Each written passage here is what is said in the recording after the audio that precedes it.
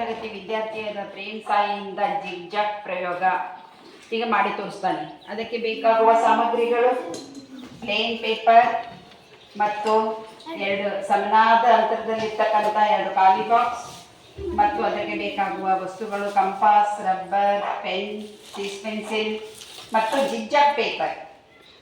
ಅದೇ ಪೇಪರನ್ನು ನಾವು ಜಿಗ್ಜಾಗ್ ಮಾಡಿಟ್ಕೊಂಡಿದ್ದೇವೆ. ಅದು ಒಂದು ಜಿಗ್ಜಾಗ್ ಪೇಪರ್.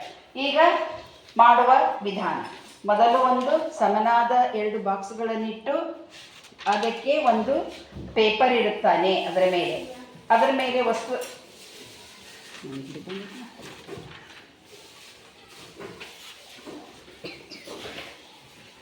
ಈಗ ನೋಡ್ರಿ, ಒಂದೊಂದಾದ ವಸ್ತುಗಳ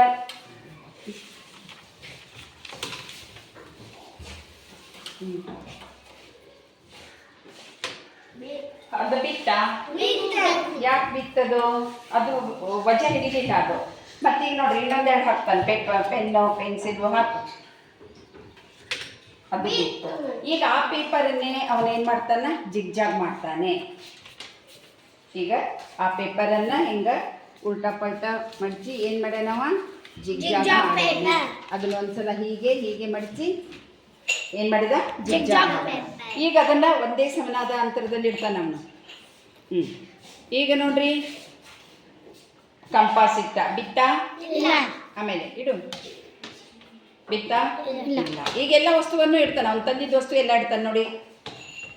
ಏನೇನು ಇಟ್ಟ ನೋಡ್ರಿ, ಕಂಪಾಸ್, ಪೆನ್ಸಿಲ್, ಮ್ಯಾಂಡರ್, ರಬ್ಬರ್ ಎಲ್ಲ ಇಟ್ಟ. ಬಿತ್ತನೀಗ ಯಾಕೆ, ಅದು ಜಿಗ್ಜಾಗ್ ಮಾಡೋದ್ರಿಂದ ಅದು ವಸ್ತು, ಅದು ಭಾರವನ್ನು ಹಿಡಿತದೆ. ಪ್ಲೇನ್ ಹಾಳಿ ಭಾರ ಹಿಡಿತನೋ? ಬೇನ್ ಹಾಳಿ ಭಾರ ಹಿಡಿಯುವುದಿಲ್ಲ. ಕ್ಲಾಪ್ಸ್ ಹಾಕ್ಸಿರೆಲ್ಲರೂ.